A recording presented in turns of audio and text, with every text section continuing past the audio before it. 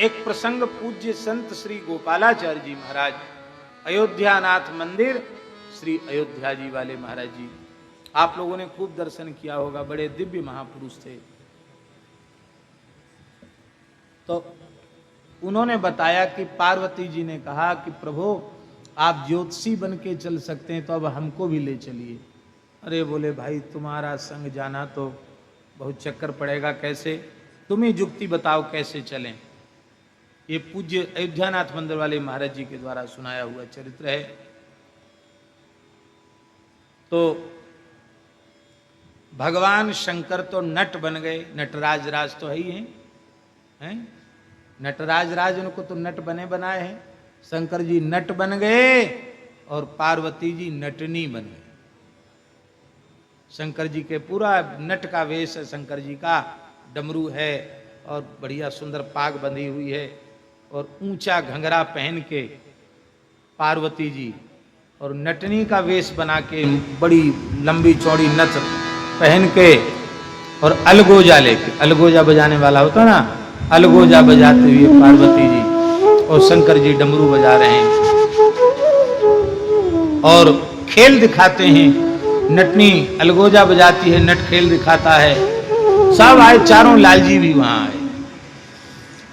और उसी समय क्या हुआ, बड़ा विस्तार से कहते थे महाराज जी, तो हम तो केवल संकेत में कह रहे हैं। उसी समय रावण का भेजा हुआ असुर सर्प केस आया। ये कथा दक्षिण भारत के ग्रंथों में है, दाक्षिणात्य ग्रंथों में ये कथा है। उस असुर का नाम था सर्पकेश। उसके शरीर में केश ही केश थे, सब सर्प थे। कोई 1000 मुंह वाले सर्प, कोई 100 मुंह वाले, कोई 500 मुंह वाले, कोई 20 मुंह वाले, कोई 10 मुंह वाले।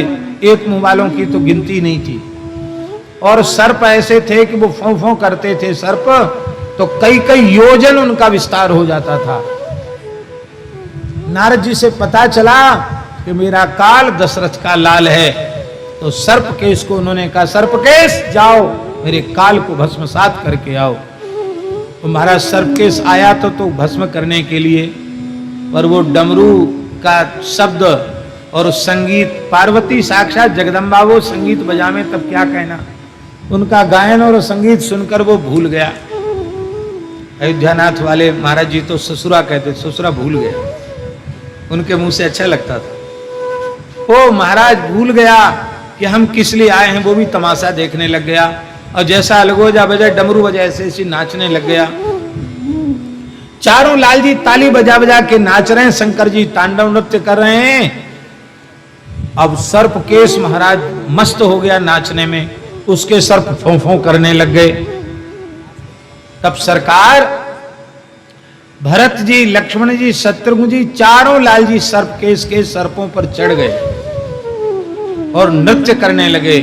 तांडव गति मुंडन पर नर्तित बनमाली, ध्यान से सुनो, वहां तो तांडव गति मुंडन पर नर्तित बनमाली, और यहाँ चारों लालजी सर्पकेश के शरीर में, पूंछ उनकी भीतर लगी हुई और सर्प बाहर की ओर, उनके ऊपर भगवान का आज सर्प रास होने लग गया।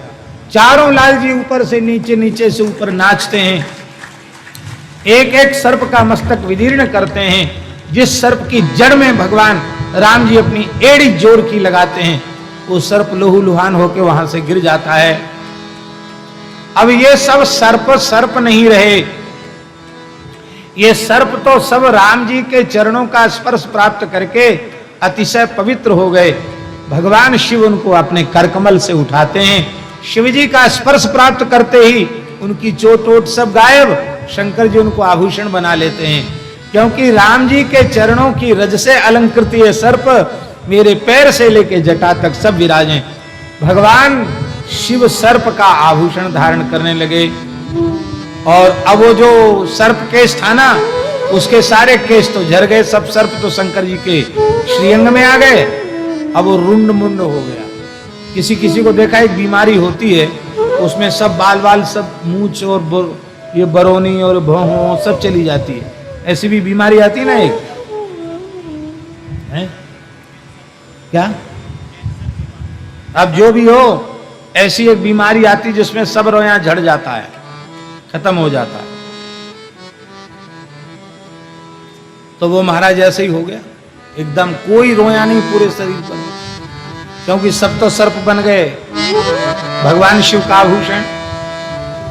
तो भगवान शंकर ने कहा, राम जी ने तेरे ऊपर नृत्य किया है और अब तू मेरे प्रिय पार्षद रुंड के रूप में मेरे निकट निवास करेगा। तो रुंड नाम का शंकर जी का वो गण हो गया।